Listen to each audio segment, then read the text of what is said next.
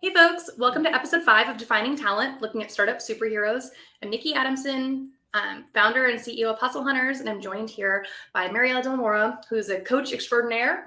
And we've been asked by lots of our audience members, lots of teams in the work we do at Hustle Hunters around helping founders build their early teams. Let's talk about personality tests. We get asked a lot of that question. So I'm here to bring in someone who's really engaged in this space for a long time, help founders figure out what's the right fit for their team, how do we balance around them and really build that cohesion. So I'm so excited to have you on the show today. Thank you for having me. And this is definitely a topic that I really geek out about because number one, I'm really fascinated with what makes people who they are, what contributes to them. And then the kind of the below the surface things that are not always super obvious that tend to come up when you're hiring. Yeah, exactly. And I'd love to kind of get a sense of what are some of the personality tests that are out there that you found, that you've tried, that you find useful, kind of in doing this in a more official way? Yeah. So how I even started using personality tests was when I was a marketing director. I worked for a recruitment firm. Funny enough, even though they were a recruitment firm, everyone kind of did their own thing. We didn't really have a centralized way of doing it. But what I found was the way that I needed to hire was very different than the way that the other teams needed to hire because we didn't have a pre-existing marketing department. And so a lot of this was I needed to identify talent that was going to be able to grow with us versus someone who wanted a job that they were going to do day in and day out for a really long time. Essentially, that was the opposite of what we were looking for. And in that case, I really was how can I dig in deeper into someone's motivation, into their personality, into their interests, into kind of untapped skill sets. So I started to kind of look around at different assessments that I could use and ways that I could sort of vet the candidates. And the first one that I came across where I was this is really fascinating was the DISC assessment.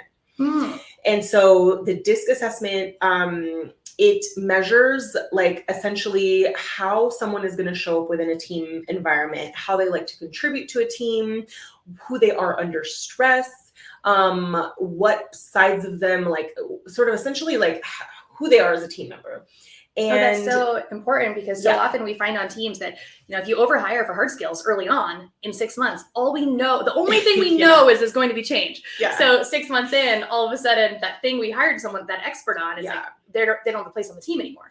Yeah. And if we overhired there and didn't kind of look at are they adaptable? Are they kind of in fitting with our impact? Not right there. Yeah. And then also was are you asking the person to do something that is oh, well, I can do that. And I have done this in the past, but it's not really what I like to do. And I think the environment also comes into play here because if you're at a company where there's rapid change, then you're going to see the version. Let's say I had a team member take it. And one of the things that came up in the DISC assessment was they don't do well with change and that it tends to stress them out. And immediately my red flag went up and was okay, well, there's going to be nothing but change on this team.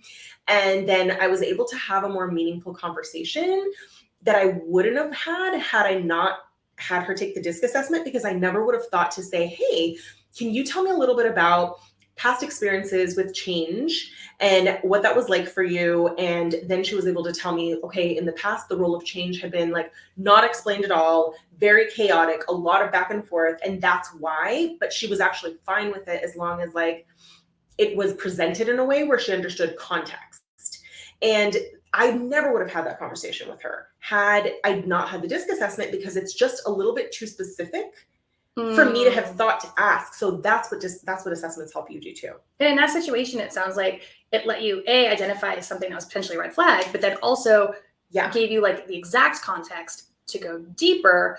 Yes. So that you could then figure out, even beyond hiring, if you hired this person, now you'd understand the right way to present change from the hiring process. Is this someone you ended up hiring? Yeah, it is. Oh, amazing. Funny enough, I ended up hiring her for my team as our content marketing manager. And when COVID hit and I had my coaching business already on the side and I then went full time, I actually hired them to be on my team, and they were with me for the last 3 years. Oh, that's incredible. So talk about change and being ready for change and adaptable. So much of that, honestly. And so I think that it also gave me, it gives you a picture in terms of who they are naturally. So what the DISC does is it's a circle. And then depending on which one of your profiles you're in, it'll say whether or not the person is task motivated or people motivated, and whether they're more extroverted or introverted.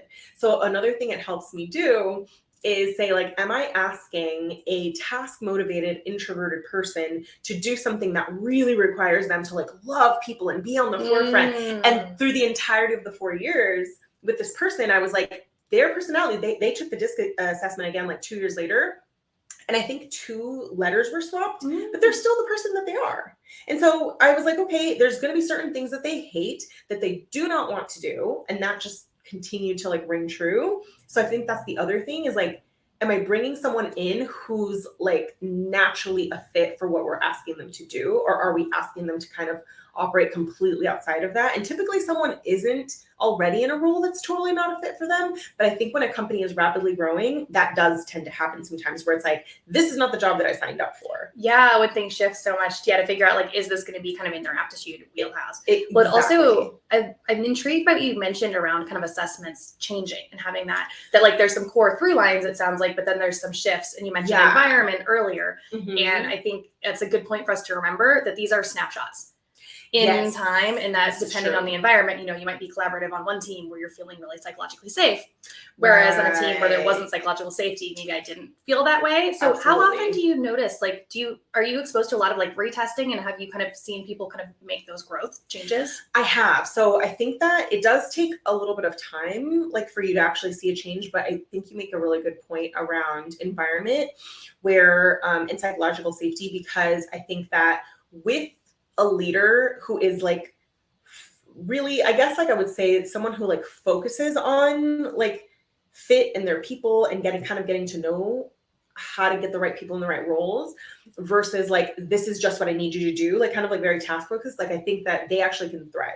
So even if someone has a certain tendency, it doesn't necessarily mean that that's who they're going to show up as in the team.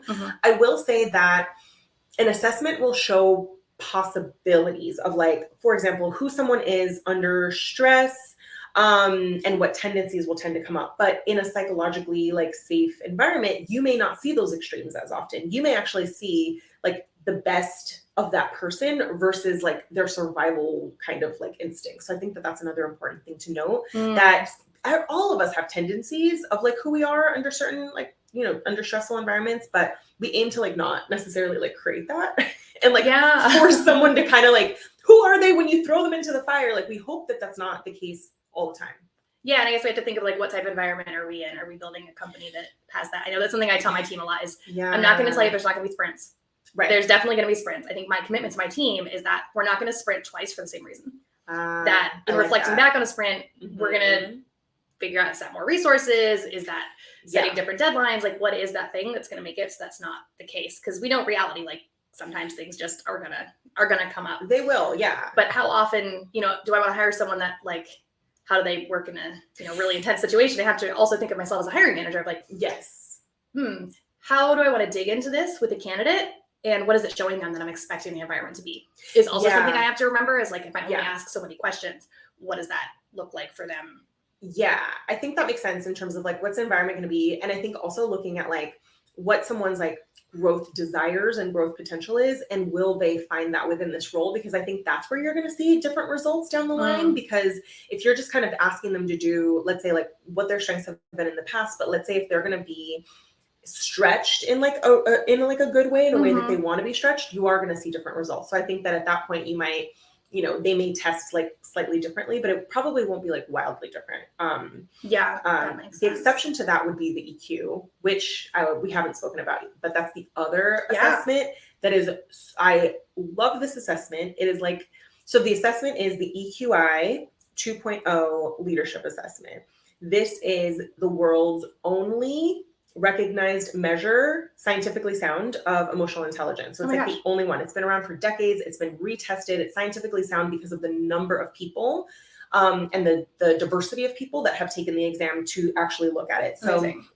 It will measure things like problem solving, reality testing, optimism, decision making, your perception of yourself, how you build relationships, your social responsibility, which is essentially like how much you care about like the right thing being done.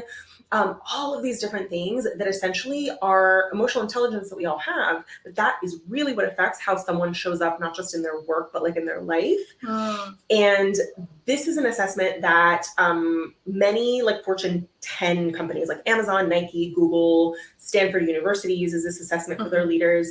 But that really gives you insight into like how someone's emotions affect their actions and how emotionally aware they are about like the people around them. I love that. So if someone's new to personality testing and kind of thinking like, okay, how could this impact my business? It sounds like there's positivity here. How would someone get started? Is that like start as a leader? Is that you maybe start adding it to your hiring or post hiring? Because we want to always be cognizant of like, what is a candidate experience? Sometimes offering a test is costly, but sometimes it's also a gift to a candidate or an employee. Like, can you talk to me about that? That's a good question. So what I would recommend and what I have done for a long time is I would integrate tests like the DISC assessment to begin with, because you can take it for free. There are places that you pay for it, but I would always go on the Tony Robbins website. So like if you go to tonyrobbins.com/disc, like that's the one that I've used for like 4 years, and it will give you like a whole detailed printout of like this person's profile. That will really help. And I tend to do that after like, you know that this is probably your person. You've already sort of like vetted them, and maybe alongside like a paid test project or something like that, almost as like a final, not necessarily to gauge, like most likely you know that this is your person, but you just sort of want to know, should there be some other questions or things that I should be asking? And this is something I've been thinking a lot about lately, because at Hustle Hunters, we spend a lot of our time thinking like, how do we diversify this team, right? How do we go beyond the founders network? How do we make sure that the team, the like talent population of the team is representative of the served population? And one way we look at that is like, it has to be about trust, right? We all trust that person in our network, especially when our back's against the wall with a high stakes critical hire. Like if your board brings you someone, it's easier to be like, okay, they've already been vetted. So we've looked into like bringing we use Searchlight's reference tools. Sometimes we'll bring in like a peer reference earlier because it just helps take an unknown and just show that like someone else took a chance on them, right? We hear companies that they're like, well, if that person got hired at Facebook, we know they've been through some rigorous hiring. So we kind of use that as a proxy. So that's something we're spending a lot of time thinking about, that it sounds like this could be another additive of like, there's no one size fits all, but like, let's build trust by proxy to expand from our network. Because at the end of the day, like, I don't trust a stranger to watch my kid. I'm not going to trust a stranger with my business. I don't trust a stranger. Like, I wrote a blog post today. Like, I don't trust a stranger who's like, I'm going to get you leads. Like, no, this is my baby. This is my company. Like, I don't trust you to like be that representative. But show like once we get to know each other more, now I'm realizing like, oh, now you are kind of part of my network. So it seems like this could be a way of like another proxy building. So like when we're nervous, instead of adding like extra hoops and conversations, which I see in hiring process, like if this is part of it, we're like, okay, at least we know we're going to get everything. Nothing's going to be a surprise. Yeah. And I think that it makes sense in that sense that it's like, you're not using it to be like, oh, well, let me like use this assessment to determine if this is the right person. Like, I still think that the hiring process can do and should do that. It may just be more of like, are there specifics that we should keep in mind about who this person's, like what this person's natural strengths are? I don't want like to say weaknesses, but it's just like what their tendencies are as you're moving forward. And so that it can be like a more meaningful, like intentional hire. And maybe you would have hired them anyway, but I think that those conversations are like important to have too. So I definitely would say using the DISC assessment in hiring, just because, and like in the later stages of hiring, just because like it's very easy. You don't have to pay for it. And the descriptions don't need to be interpreted. Like it's very, very easy to understand. On the other hand, the EQI does need to be interpreted. Like you will get a report of 15 essentially emotional intelligence skill sets and a little bar that goes from like 0 to 130, and it will show you what the three, like what the lowest and the highest are. But on its own, it can feel a little overwhelming, which is why that's an assessment that you take through a certified coach. So when my clients come to me, you have to be certified to go into like the database and stuff and like pull it. But then what I do is I sit down either as a group, I'll have them fill out some prompts ahead of time for them to figure out like, what are their imbalances? And I can do that as a group, or I can do that individually. And I would recommend the EQI more for like high stakes hires, or leadership hires who are going to who are going to like touch a lot of things and have a lot of impact, just because that is where emotional intelligence is more valuable than their actual tactical abilities, because you're not hiring this person for their tactical abilities. You're hiring them for the way they think.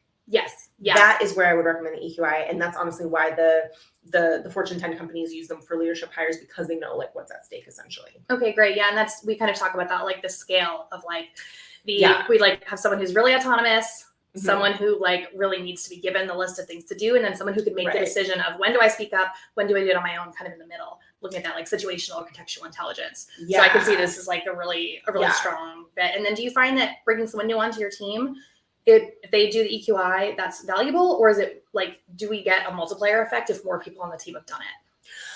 I think that's a good question. When there's multiple people on a team, we tend to do a different one that's called like the EQI 360. So it will actually kind of map out like personalities as a whole. And it will look at like how the different personalities will interact with one another, which tends to be easier rather than like taking everyone's individual kind of thing. So I think that you do see a multiplier there, because that's where someone's, let's say, tendency or weakness can be either like amplified or complemented by another person. Which is kind of what will make a certain leader, let's say, cause a certain person on the team to sort of like shut down versus another person that might actually like work really well with that personality. So I think you can kind of see the dynamics in that perspective, because a lot of the times what I see with leaders is that they got to the role that they're in by leaning into their extremes. And then what happens is once they become a leader, their extremes will work in certain instances, but it'll kind of either like clash with other personality types, or they'll tend to be a little more reactive. So it's kind of seeing that pattern in action, because leadership tends to force you to rely on different skills than when you are an individual contributor. So I think that we'll tend to see the EQI also be more valuable when someone is like newly in a people management role, or in a role that has like a wider scope. Yeah, we're both finding that as business owners ourselves. As we go on this journey, we're learning lots and having to lean into new pieces. Yeah. The other, I hear about Enneagram. There's so many other tests. Would you, if someone is people put that stuff on their LinkedIn profile even. So how would you recommend someone use that information? Is that something we ignore because only a few candidates have it? Is it something that can still bring data points to the table? How would you recommend someone kind of approach that situation when they see a candidate that happens to say like, oh, my Enneagram is whatever those letters are? Yeah, I think that it's such a personal thing, because not everybody resonates with like their certain profiles. Yeah. And I feel like it depends. Like with EQI, you really don't, that's not one that you can put out there just because it does have to be interpreted. Yeah. But I think that things like Enneagram are so widely known that I think you could do that. The downside to that is it could potentially box you in.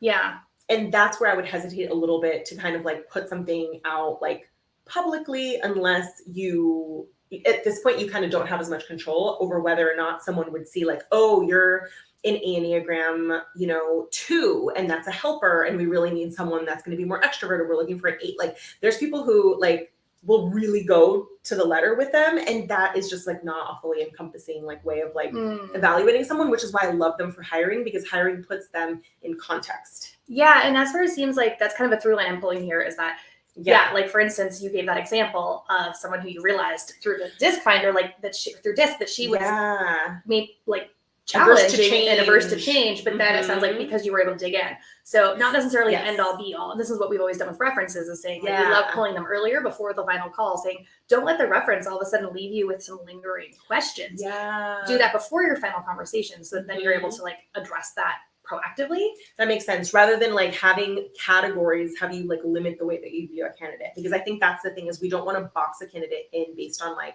any of their like results. And I think that labels, we love labels in terms of, or like categories to help us understand someone, but I think it is important like when you do that to be able to put that in context. So I also think of like StrengthsFinder. I know folks that like did StrengthsFinder early in their careers, and that's kind of like they cling to these identities. But then we're talking to lots of candidates around messaging, saying like, are you giving the message of 10 years ago's career? Or are you giving the message of what's now and most recent? And sometimes like, depending on the power you have in an organization, those are going to change because you're going to get to flex and build different muscles. So I'm always just curious kind of what that looks like. Yeah. And I haven't used, I know clients of mine who have used StrengthsFinders who really, really resonate with it. So I think there's certain assessments where the candidates like really, or the people like really, really like identify with them. And I think that that's important.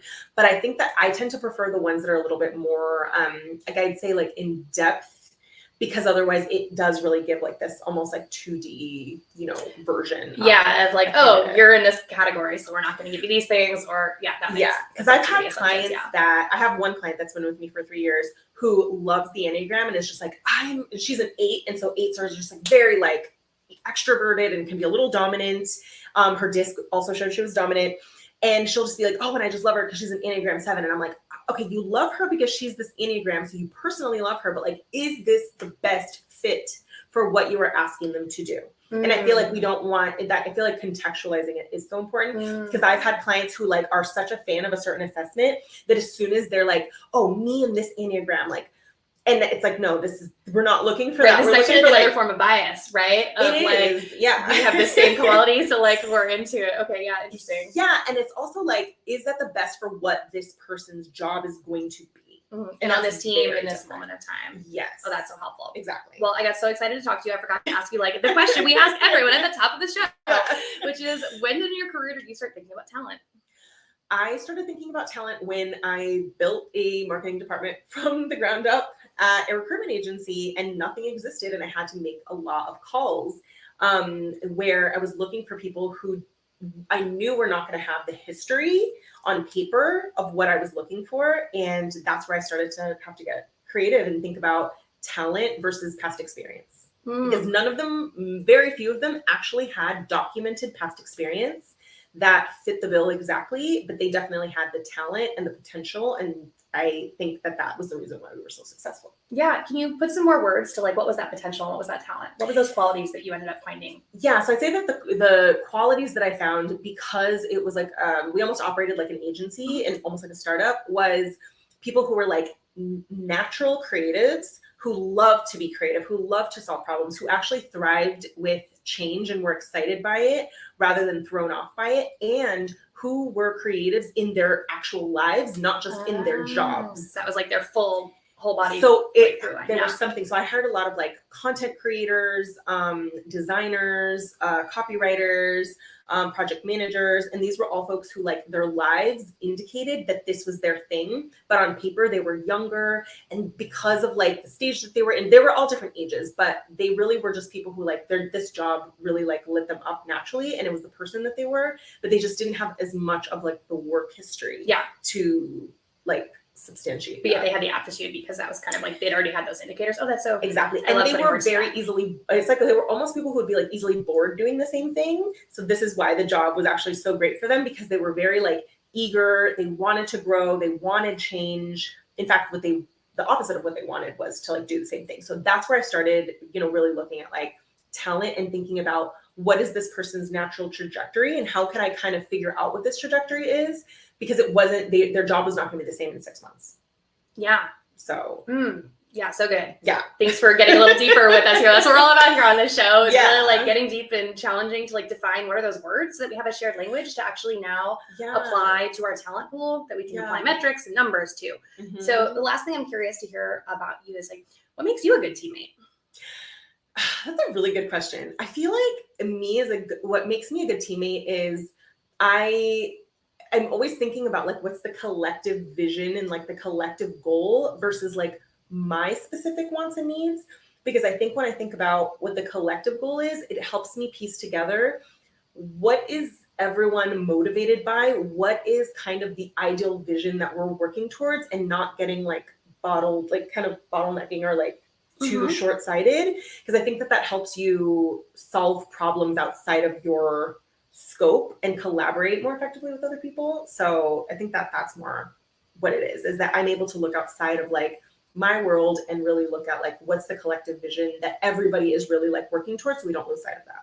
Yeah, that's an important quality in a leader. So we know you're off to good things here. Well, thanks for sharing all your knowledge around kind of like how do we get to the emotional side of it? How do we really define what it is that we're looking for? Who's coming in, and making sure that not only are we bringing in the right people, but that they're also going to thrive in the role that, at least as far as we know, is ahead of them. Yeah, absolutely. So for folks who are listening who are like, oh my gosh, give me more Mariela, how can folks join? How can folks get coached by you? How can folks interact with you? Yeah. So come hang out with me on Instagram at Mariela with one L, so Mariela.delamora, or also on my website, Mariela Delamora.